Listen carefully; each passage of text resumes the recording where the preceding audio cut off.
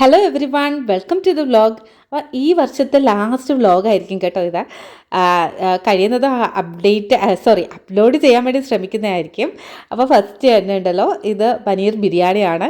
ഞാനൊന്ന് ട്രൈ ചെയ്ത് നോക്കിയതാണ്. ഞാൻ മിക്കപ്പോഴും ഇത് ഉണ്ടാക്കാറുണ്ട്. ഇത് എങ്ങനെയാണെന്ന് വിചാരിച്ചാൽ നമ്മൾ ചിക്കനും ബീഫും ഒക്കെ വേവിച്ച് ഗ്രേവി ആക്കുന്നത് പോലെ തന്നെ നമ്മൾ പനീർ ജസ്റ്റ് ഒന്ന് നമ്മൾ ചിക്കൻ വറുക്കുന്ന കണക്ക് വറുത്തെടുത്തിട്ട് നമ്മൾ റൈസിൻ്റെ കൂടെ ഒന്ന് മിക്സ് ചെയ്താൽ മതി കേട്ടോ.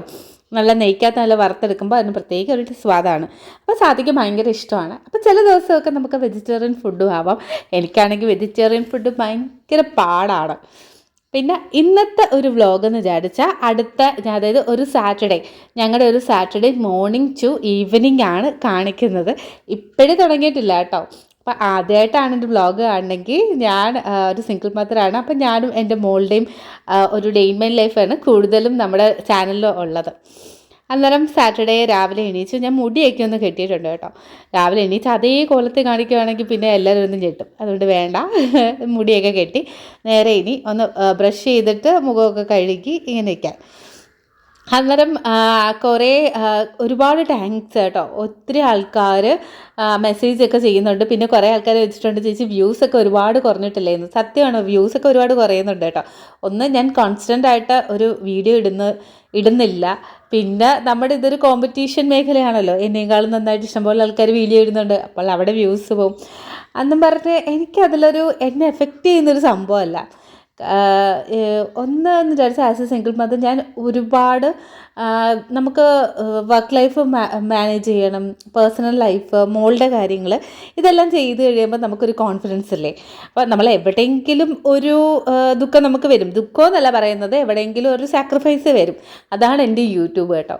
അപ്പോൾ ബാക്കി എല്ലാ കാര്യങ്ങളും നന്നായിട്ട് എനിക്ക് മാനേജ് ചെയ്യാൻ പറ്റുന്നതുകൊണ്ട് തന്നെ കുഴപ്പമില്ല. അപ്പോൾ രാവിലെ ഞാൻ ചെയ്യുന്നതെന്ന് വിചാരിച്ചാൽ ഞാൻ സോപ്പിട്ട മുഖം കഴുകിയിട്ട് ഡബ്ബാണ് ഞാൻ യൂസ് ചെയ്യുന്നത്. പിന്നെ നമ്മുടെ ഓയിലല്ലേ, കോക്കനട്ട് ഓയിൽ ഞാൻ നെറ്റിയിൽ നന്നായിട്ട് തേക്കും. പിന്നെ കഴുത്തിലും നന്നായിട്ടൊരു മസാജ് കൊടുക്കും. അപ്പോൾ രാവിലെ തന്നെ ഫേസിനും നമ്മുടെ നെക്കിനും ഒരു മസാജ് കൊടുക്കുന്നത് നല്ലതാണ്. അതുപോലെ തന്നെ നമുക്ക് അതുകൊണ്ട് റിങ്കിൾസ് ഒന്നും വരത്തില്ല എന്നാണ് പറയുന്നത്. ശരിക്കും എൻ്റെ അതുകൊണ്ടല്ല ഞാൻ ഇപ്പോൾ കൊടുക്കുന്നത്. എനിക്ക് സ്കിന്നിന് ചെറിയൊരു പ്രശ്നമുണ്ട്, അത് മാറാനാണ്. പിന്നെ അത് കഴിഞ്ഞിട്ട് ഞാൻ എൻ്റെ വാഷ് ബേസിനൊക്കെ ക്ലീൻ ആക്കിയിടുന്നു.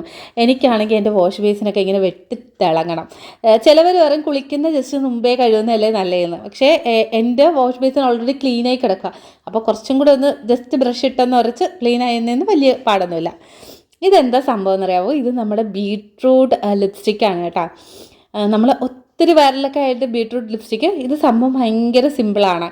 നമ്മൾ ബീട്രൂട്ട് ചെറിയ പീസാക്കി മിക്സിക്കകത്ത് അത് നന്നായിട്ട് അരിഞ്ഞതിന് ശേഷം എന്താ ചെയ്യണതെന്ന് വിചാരിച്ചാൽ അത് ജസ്റ്റ് അരിച്ച് എടുത്ത് ഫ്രിഡ്ജിനകത്ത് വെച്ചേക്കുക, ഫ്രീസറിൽ വെക്കുക.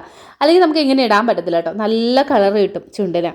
പിന്നെ ഓരോരുത്തർ 100% നാച്ചുറൽ എന്ന് പറഞ്ഞാൽ കുറേ ബ്യൂട്ടി പ്രോഡക്ട്സ് ഒക്കെ കാണിക്കുന്നില്ലേ, അത് 100% നാച്ചുറലാണെന്ന് നിങ്ങൾക്ക് തോന്നിയിട്ടുണ്ടോ? ഇനി അടുത്ത എൻ്റെ പരിപാടി എന്ന് വെച്ചാൽ മീൻ വെട്ടലാണ്. അപ്പോൾ ഫ്രീസറിലുള്ള മീൻ ഞാൻ വെള്ളത്തിൽ മുക്കി വെക്കുക. അപ്പോൾ കുറച്ച് നേരം എടുക്കും. അന്നേരത്തേക്ക് നമുക്ക് സാമ്പാർ ഉണ്ടാക്കാം കേട്ടോ. അപ്പം സാമ്പാറാണ് ഞങ്ങളുടെ ഇവിടുത്തെ ദേശീയ കറി. എപ്പം വന്നാലും സാത്തിയുടെ ഫേവറേറ്റാണ് സാമ്പാർ. അപ്പോൾ കുറേ നാളായിട്ട് അവൾക്കും കുറച്ച് മടുപ്പൊക്കെ ആയിപ്പോയി കേട്ടോ. പക്ഷേ ദോശയുടെ കൂടെയും പിന്നെ ചമ്മന്തിക്കറി എന്ന് വെച്ചാൽ രാവിലെ തേങ്ങ തിരുമ്മി ചമ്മന്തി അരയ്ക്കുക, അതൊന്നും നമ്മുടെ നൈറ്റ് ഷിഫ്റ്റുകാർക്ക് പറ്റുന്ന കാര്യമൊന്നുമല്ല. പിന്നെ അമ്മ വന്ന് മോളെ വിടുവാണെങ്കിലും ഫുഡൊക്കെ ഞാൻ തന്നെ ഉണ്ടാക്കി വെക്കുന്നത്. രാവിലെ അമ്മ അവളെ ജസ്റ്റ് ഒരുക്കി കൊണ്ടുവിടുക. ഒരുക്കുന്നതിനും അവൾ യൂണിഫോമൊക്കെ ഇട്ടോളും കേട്ടോ. മുടി മാത്രം ഒന്ന് ജസ്റ്റ് കെട്ടിക്കൊടുത്താൽ മതി. വേറൊന്നും അവൾക്ക് അങ്ങനെ സഹായമായിട്ട് വേണ്ട കാര്യമില്ല. ശരിക്കും സ്വയം പര്യാപ്തത. അതെ, നമ്മൾ പിള്ളേരൊക്കെ ഒറ്റയ്ക്കൊക്കെ ആകുമ്പോൾ അവർ കുറേയൊക്കെ സ്വയം പര്യാപ്തത നേടും. പിള്ളേർ വഷളാവാനുള്ള മെയിൻ കാര്യം അമ്മമാർ തന്നെയാണെന്ന് എനിക്ക് പലപ്പോഴും തോന്നിയിട്ടുണ്ട്. കാരണം എല്ലാം കൊച്ചിലേ തൊട്ട് നമ്മൾ അവരെ കൈ പിടിപ്പിക്കുക. പിന്നെ അവർക്ക് ആ ടെൻഡൻസി അത് ഒരു ടീനേജ് വരെ അതങ്ങനെ കാണും. പിന്നെ അവർ കല്യാണം കഴിച്ച് ഇതേ കണക്ക് ഉത്തരവാദിത്തങ്ങളൊക്കെ ആവുമ്പോഴേ ഇത് വേറെ ഓപ്ഷൻ ഇല്ലാണ്ട് വരുമ്പോഴേ അവർക്കൊരു മാറ്റം സംഭവിക്കത്തുള്ളൂ. നമ്മളെന്താ ചെയ്യുന്നതെന്ന് വെച്ചാൽ നമ്മൾ അവരെ അങ്ങ് ഇഷ്ടം പോലെ പാമ്പർ ചെയ്തിട്ട് ലാസ്റ്റ് എന്താ ഒരു ടീനേജൊക്കെ ആകുമ്പോൾ അങ്ങ് വഴക്ക് തുടങ്ങും. നീ അത് ചെയ്യുന്നില്ല, നീ ഇത് ചെയ്യുന്നില്ല, നീ മറ്റേത് ചെയ്യുന്നില്ല എന്ന് പറയുന്നത്. അത് ശരിക്കും ഒരു കതിരിൽ വളം വെക്കുന്ന തുല്യമാണ്. അപ്പം ഞാനും അവൾ മാത്രമായതുകൊണ്ട് എൻ്റെ അടുക്കള കാര്യത്തിലെല്ലാം അവൾ സഹായിക്കും. പിന്നെ ഈ ഗെയിമോ അല്ലെങ്കിൽ ടി വിയോ കണ്ടുകൊണ്ടിരുന്ന് കണ്ണൊക്കെ ചീത്താക്കുന്നതിനേക്കാളും നല്ലത് നമ്മുടെ കൂടെ വന്നിരുന്ന് സഹായിക്കുകയാണെങ്കിൽ അവർക്കും അതൊരു നമുക്ക് ബ്രെയിൻ ഡെവലപ്മെൻറ്റിനൊക്കെ ഏറ്റവും നല്ലതാണ് കേട്ടോ. ശരിക്കും നമ്മൾ ചില ആൾക്കാർ ഒരു കൊച്ചുങ്ങളെ കൊണ്ടിട്ട് അങ്ങ് പണി ചെയ്യിപ്പിക്കുമെന്ന്.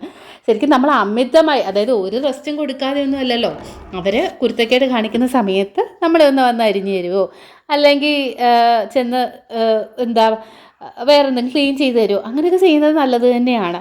പിന്നെ ചില സമയം സാധ്യക്കുട്ടിക്ക് എന്തെങ്കിലും വയ്യായികയോ അല്ലെങ്കിൽ അവൾക്ക് ഒരു ടയർഡ്നെസ്സോ എന്തെങ്കിലും തോന്നുവാണെങ്കിൽ ഞാനൊരു ചെയറൊക്കെ ഇട്ട് അടുത്തിരുത്തി കണ്ടുകൊണ്ടിരിക്കാൻ പറയാം.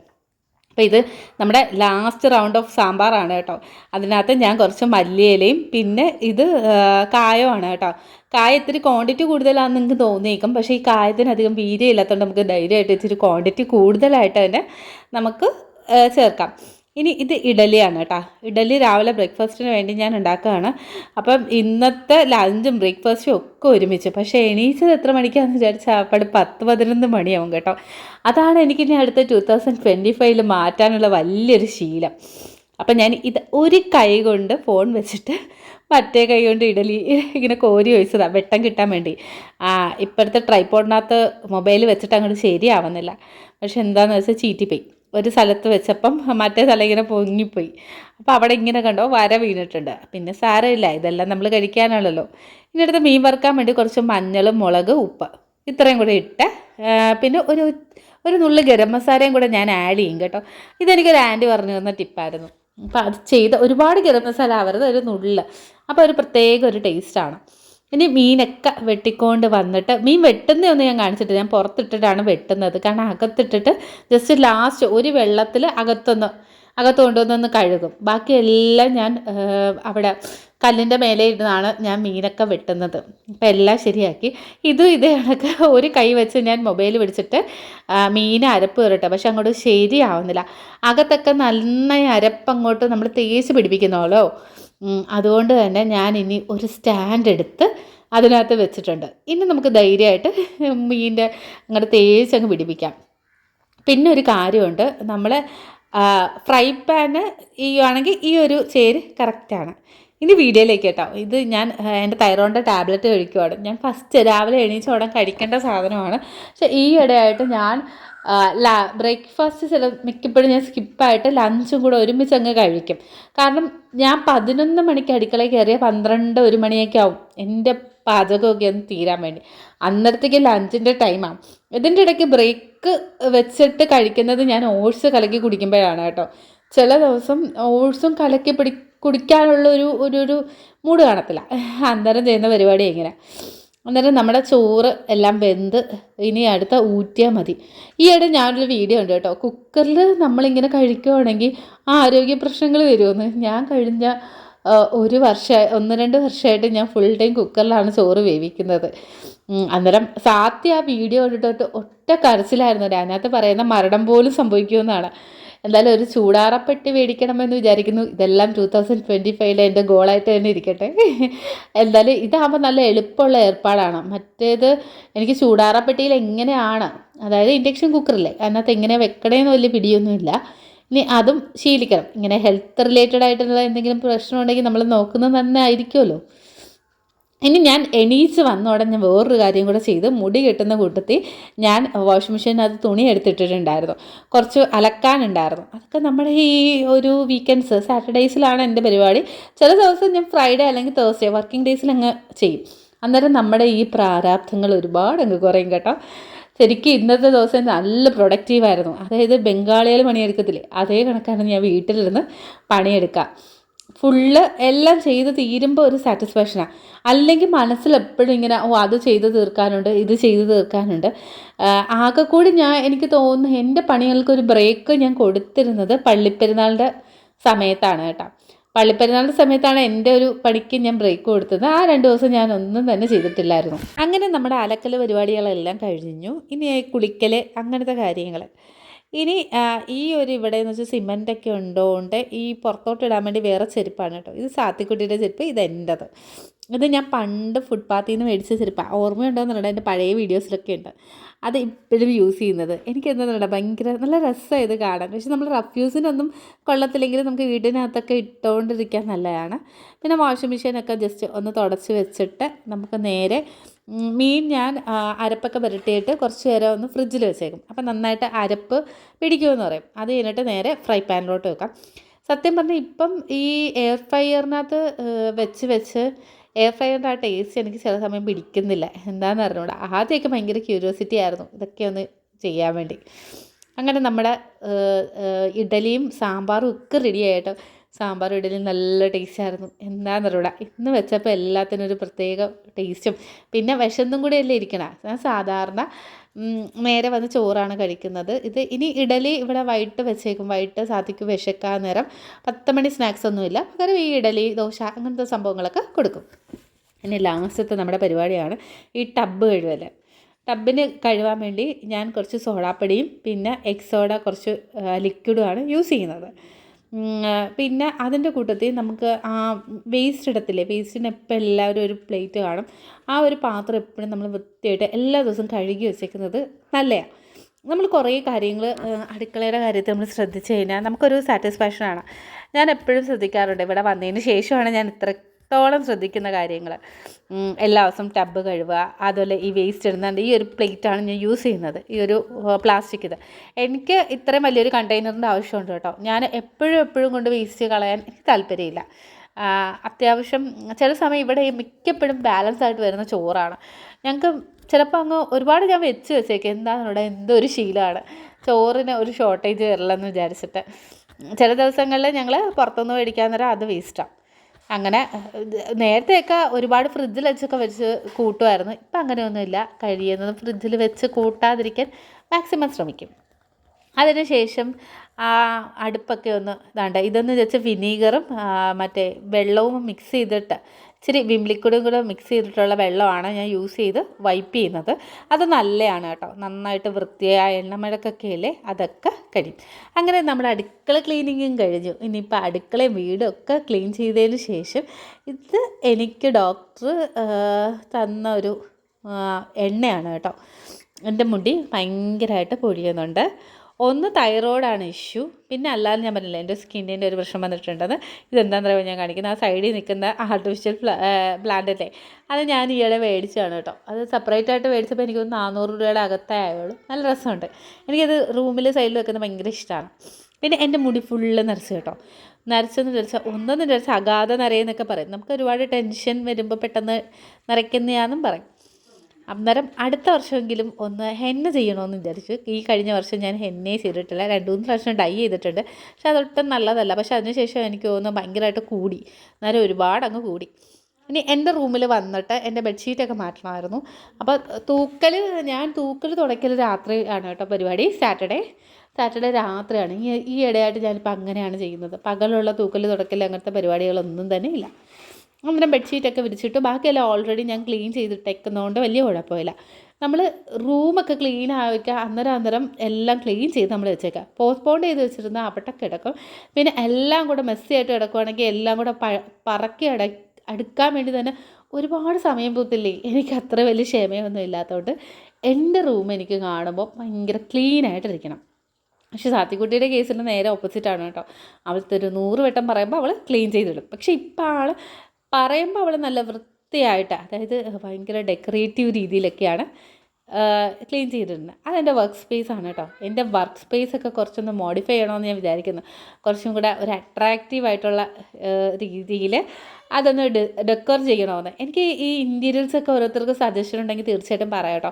അങ്ങനത്തെ വീഡിയോസോ അങ്ങനെ എന്തെങ്കിലും സജസ്റ്റ് ചെയ്യാനാണെങ്കിൽ തീർച്ചയായിട്ടും സജസ്റ്റ് ചെയ്യും. എനിക്ക് ഇൻറ്റീരിയൽസിലൊക്കെ ചെയ്യാൻ ഭയങ്കര ഇഷ്ടമാണ്. നമ്മൾ സെൽഫായിട്ട് ഞാൻ ഇത് എൻ്റെ റൂമൊക്കെ ഒതുക്കിയതിന് ശേഷം ഞാൻ സാത്തീൻ്റെ റൂമാണ് ഒതുക്കുന്നത്. അവിടെയും ഈ പറഞ്ഞ പോലെ ചെറിയൊരു റൂം, ശരിക്കും ചെറിയ റൂം, അത്യാവശ്യം ഷെൽഫുകളുണ്ടെങ്കിൽ നമ്മൾ രക്ഷപ്പെട്ടു കേട്ടോ. എല്ലാ സ്ഥലങ്ങളും വാരി ആ ഷെൽഫിനകത്തിടുക. റൂമൊക്കെ വൃത്തിയാക്കാൻ വളരെ എളുപ്പമാണ്. പിന്നെ തൂത്ത് തുടച്ച് നമ്മൾ ആഴ്ച ഒരു ദിവസമെങ്കിലും ചിലന്തി വലയും തൂത്ത് തുടപ്പും ഫാൻ തുടപ്പും ഒക്കെ ആയിട്ടിരിക്കുക. ഇത് നമ്മുടെ സാത്തിക്കുട്ടിയുടെ പാവക്കുട്ടി കേട്ടോ. ഇത് നമ്മുടെ RP മോളിൽ ഈ കിഡ്സ് സെക്ഷനിൽ ഈ പാവക്കുട്ടിയെ എടുക്കുന്നൊരു ഗെയിമുണ്ട്. അങ്ങനെ ഇവക്ക് 3 പാവക്കുട്ടികളെ കിട്ടി. അതിൻ്റെ ഒരെണ്ണമാണ് ഈ പാവക്കുട്ടി. ഇത് ഏതോ ഒരു കൊറിയോ ജാപ്പനീസോ അതിനെന്ത് ഷിങ്ഷാങ്ങെന്നോ എന്താണ് പറയുന്നത്. ഇവക്കിത് വലിയ ഇഷ്ടമാണ്. ഇത് കൂടാതെ ഒരു ബാർബീനും ഒരു അല്ലാത്തതും കിട്ടിയിട്ടുണ്ട്. ഇനി നെക്സ്റ്റ് ഒതുക്കുന്ന അവളുടെ ടേബിളാണ് കേട്ടോ. അവളുടെ ടേബിളിൽ ആ ക്ലോക്ക് എന്ന് വിചാരിച്ചാൽ അത് നമ്മുടെ വോളിൽ ഫിക്സ് ചെയ്ത് വെക്കണം. അതിനിപ്പം പ്ലംബർ ചേട്ടനെല്ലാം വിളിച്ച് ചെയ്യിപ്പിക്കണം. ഇത് വോളിലല്ല ഹാങ് ചെയ്ത് വെക്കാൻ വേണ്ടി ആണിയൊക്കെ അടുപ്പിക്കണം. അത് കുറച്ച് ചെയ്യണമെന്നൊക്കെ വിചാരിക്കുന്നു. ഇതൊക്കെ അവളുടെ ഓരോ സാധനങ്ങളാണ്. ഞാൻ മറ്റേ സ്റ്റിക്കി ഹുക്ക് വെച്ചിട്ട് ഹാങ് ചെയ്ത് വെച്ചിരുന്നു. പക്ഷേ കുറച്ച് ദിവസം കഴിഞ്ഞപ്പോൾ അത് താഴെ കിടന്നു. അങ്ങനെ എൻ്റെ ക്ലോക്ക് പൊട്ടിയിട്ടുണ്ടായിരുന്നു. എൻ്റെ പിന്നെ അതല്ലാത്ത ഹാങ് ചെയ്യുന്ന സാധനങ്ങളൊക്കെ പൊട്ടിയിട്ടുണ്ടായിരുന്നു. സൈഡിൽ ഇതാ സാത്തിക്കുട്ടിയുടെ ആ ഫോട്ടോ ഫ്രെയിമറില്ലേ, അത് കുഴപ്പമൊന്നുമില്ലായിരുന്നു. പിന്നെ കുറേ സാധനങ്ങൾ കത്തിക്കാനുണ്ടായിരുന്നു കേട്ടോ. നമ്മുടെ വീട്ടിൽ ഈ ആവശ്യമില്ലാത്ത സാധനങ്ങളൊക്കെ ഉണ്ടെങ്കിൽ അതങ്ങ് കത്തിച്ചോളാം. എസ്പെഷ്യലി പഴയ തുണികൾ അതൊക്കെ ആണെങ്കിൽ ഞാൻ അപ്പോഴേ കത്തിച്ച് കളയും. അത് കഴിഞ്ഞ് ഒന്ന് കുളിച്ച് ഫ്രഷായി ഒന്ന് റിലാക്സ് ചെയ്ത് ദാണ്ട ഈ ഒരു ജോബ്സിൻ്റെ ബോഡി ക്രീമാണ് ഞാൻ യൂസ് ചെയ്യുന്നത്. ഞാൻ പറഞ്ഞില്ലേ മെയിനായിട്ട് എൻ്റെ നെറ്റി അങ്ങ് ഭയങ്കര വരൾച്ചയാണ്. മൊത്തത്തിൽ സ്കിന്നിങ്ങനെ അടർന്ന് വീഴുന്ന കണക്ക് ഉള്ളത്. അപ്പോൾ അതുകൊണ്ട് തന്നെ ഇപ്പം ഞാൻ വന്നോടെ ഒന്നെങ്കിൽ വെളിച്ചെണ്ണ തേക്കും, അല്ലെങ്കിൽ ഇതേ കണക്കൊരു ക്രീം തേക്കും. രണ്ടും ഇടയ്ക്കിടയ്ക്ക് തേച്ചില്ലെങ്കിൽ അതങ്ങനെ ഇരിക്കും. പക്ഷെ മുഖത്ത് നല്ല വ്യത്യാസമുണ്ട് കേട്ടോ ഈ വെളിച്ചെണ്ണ ഇങ്ങനെ തേച്ചിട്ട്. പക്ഷേ നിങ്ങൾ കവിളിലൊന്നും തേക്കരുത്, കാരണം പിമ്പിൾസ് വരും. ഇത് കഴിഞ്ഞിട്ട് ഞാൻ കഴിഞ്ഞ വീഡിയോയിൽ ഞാൻ പറഞ്ഞ ലുലു ഹൈപ്പർ മാർക്കറ്റിൽ പോകുന്നത് ഞങ്ങൾ പോയത് അതിൻ്റെ ഫ്രണ്ട് ഡെക്കോറാണ് കേട്ടോ. നല്ല സൂപ്പറായിട്ടുണ്ട്. പിന്നെ ഡ്രീം മോളാണ് ഞാൻ വന്നേക്കുന്നത്. ഞങ്ങളുടെ കുട്ടിയത്തെ ഡ്രീം മോളിൽ ഈ 19-ാം തീയതി ആയിരുന്നു ലുലു ഹൈപ്പറിൻ്റെ ഉദ്ഘാടനം. അന്നേരം ഞാനും സത്യയും കൂടെ ഭയങ്കര ക്യൂരിയോസിറ്റി. ഞങ്ങളിവിടെയൊന്നും ഇത്രയും വലിയ ഹൈപ്പർ മാർക്കറ്റൊന്നും ഇല്ല സത്യത്തിൽ. എല്ലാം ചെറിയ ചെറിയ കടകളും പിന്നെ ഷോപ്പിംഗ് മാൾ എന്ന് പറയുമ്പോൾ നമ്മൾ പിന്നെ കൊല്ലത്ത് പോകണം. കൊല്ലത്ത് RP മാൾ മാത്രമേ ഉള്ളൂ. അവിടെ ചെന്നിട്ടും നമ്മൾ ഈ ട്രിവാൻഡ്രത്തെയും കൊച്ചിയിലെയൊക്കെ ലുലു മാളും ഹൈപ്പറൊക്കെ കണ്ടിട്ട് അവിടെ ചെല്ലുമ്പോൾ നമുക്ക് അങ്ങനെ പ്രത്യേകിച്ചൊന്നും ഫീൽ ചെയ്യത്തില്ല. ചെറുത് തന്നെയാണ്, അങ്ങനെ ഇല്ല. ഇവിടെ ചെന്നപ്പോൾ ഉണ്ടല്ലോ സാത്തി അതുപോലെ ട്രോളി എടുത്തു. എൻ്റെ അമ്മോ തിരക്കെന്ന് വിചാരിച്ചാൽ പോരാ, അമ്പടി തിരക്കാണ്. അതിൻ്റെ കൂടെ അവിടെ എഴുതി വെച്ചിട്ടുണ്ടായിരുന്നു വീഡിയോസും ഫോട്ടോഗ്രാഫിയും ഒന്നും പാടില്ലെന്ന്. അപ്പോൾ ഞാൻ ബോർഡ് പിന്നീടാണ് കണ്ടത്. അതുകൊണ്ട് ഞാൻ വീഡിയോസ് ഒന്നും എടുത്തില്ല. ഇത് ഞാൻ സത്യം കൂടെ ആ ക്രിസ്മസിൻ്റെ ഇതിൻ്റെ ഫ്രണ്ടിൽ ഇരുന്ന് എടുത്തതാണ്. എന്നിട്ട് ഞങ്ങൾ ഇൻസ്റ്റയിൽ പോസ്റ്റ് ചെയ്തിട്ടുണ്ടായിരുന്നു. അതിൻ്റെ കുറച്ച് കാര്യങ്ങൾ ഇത്രയേ ഉള്ളൂ കേട്ടോ, കുഞ്ഞു ഫോട്ടോസ്. പിന്നെ ഞങ്ങൾ കൊച്ചു കൊച്ചു കടയിൽ കയറി. കാരണം എന്ന് വെച്ചാൽ വെജിറ്റബിൾസൊക്കെ തക്കാളിയൊക്കെ എന്തോ ഒരു ഭയങ്കര സൈസായിട്ടുള്ള തക്കാളിയായിട്ട് എനിക്ക് ഫീൽ ചെയ്തത്. ഞങ്ങൾക്കൊന്നും അത്രയൊന്നും വേണ്ട, എല്ലാം ചെറിയ ചെറിയ സാധനങ്ങളും. ഞങ്ങൾ സ്മോൾ ഫാമിലി ആയതുകൊണ്ട് എല്ലാം സ്മോൾ ഐറ്റംസ് അങ്ങനെ മതിയല്ലോ. അങ്ങനെ ഞങ്ങൾ ധന്യയിൽ പോയപ്പം നമ്മുടെ ട്രോളി ഹാൻഡിലർ നമ്മളെ സാത്തിക്കുട്ടീനെ എല്ലാം എടുത്ത് എന്താ അമ്മ വേണ്ടത് എന്ന് പറഞ്ഞാൽ അവിടെ തന്നെ എല്ലാം എടുക്കും കേട്ടോ. നമ്മൾ ചുമ്മാ ലിസ്റ്റ് പറഞ്ഞു കൊടുത്താൽ മതി. അവൾക്കും ഒരു രസമാണ്. എന്നെക്കൊണ്ട് ട്രോളി തൊടിയിക്കില്ല. അന്നേരം എല്ലാവരും കൊണ്ടൊരു ആദ്യമൊക്കെ എല്ലാവർക്കും ഭയങ്കര ക്യൂരിയോസിറ്റി ആയിരുന്നു കേട്ടോ. ഇവൾ മാത്രമേ ഇത്രയും ചെറുത് ഇങ്ങനെ സാധനങ്ങളും എടുത്തിടും. പിന്നെ ഞാൻ എത്ര kg വേണമെന്ന് ഞാൻ അളന്ന് കൊടുക്കും. അവൾക്ക് അളവ് അറിയത്തില്ലല്ലോ. ഇപ്പം നെല്ലിക്ക ഇപ്പം ടൊമാറ്റോ ഒക്കെ ആണെങ്കിൽ എത്ര എണ്ണം വേണം അമ്മയെന്ന് നോക്കി. അപ്പം ഞാൻ പറയാം ഒരു 5 എണ്ണം അല്ലെങ്കിൽ 4 എണ്ണം എടുത്തിട്ടേക്കാൻ പറയും. അന്നേരം അവൾ അത് വെച്ചിട്ട് എടുത്തിടും. പിന്നെ തേങ്ങ എത്ര എണ്ണം വരണം, 1 എണ്ണം അങ്ങനെയൊക്കെ പറയുമ്പോൾ അങ്ങനെയൊക്കെ എടുത്തിടും. അതല്ലാതെ നമ്മൾ കൂടെ ചെന്ന് ഞാൻ ഇങ്ങനെ ചൂണ്ടി കാണിച്ചു കൊടുത്താൽ മതി, ആ പാക്കറ്റ് എടുത്തിട്ടോളൂ ആൾ. അന്നേരം അതൊക്കെ കഴിഞ്ഞു. ഞങ്ങൾ ബില്ലിംഗ് സെക്ഷനൊക്കെ കഴിഞ്ഞു. ലാസ്റ്റ് ഞങ്ങൾ സിംലയിലും കൂടെ കയറി. അവിടെ കയറി കഴിഞ്ഞപ്പോൾ നാടെ ഈ ഒരു ക്രിബും നമ്മുടെ ക്രിസ്മസൊക്കെ എല്ലാവരും നന്നായിട്ട് ആഘോഷിച്ചെന്ന് വിചാരിച്ചു. ഞങ്ങൾക്ക് ഈ പ്രാവശ്യം ഷീറ്റിൽ പോയൊരു ക്രിസ്മസ് ആയിരുന്നു. ബുധനാഴ്ചയായിരുന്നു, ദിവസം ആയതുകൊണ്ട് ഒരു രസമില്ലായിരുന്നു. ഞങ്ങൾ വെറുതെ കിടന്ന് ഉറക്കമായിരുന്നു ഞാൻ. അന്നേരം ഈ വ്ലോഗ് അങ്ങനെ വൈകുന്നേരം ആയപ്പോൾ ഞങ്ങളൊരു ഔട്ടിങ് കഴിഞ്ഞു. പിന്നെ വീട്ടിൽ വന്നു. അപ്പോൾ ഇതോടുകൂടി ഈ വ്ലോഗ് ഇവിടെ അവസാനിക്കുകയാണ്. ബൈ.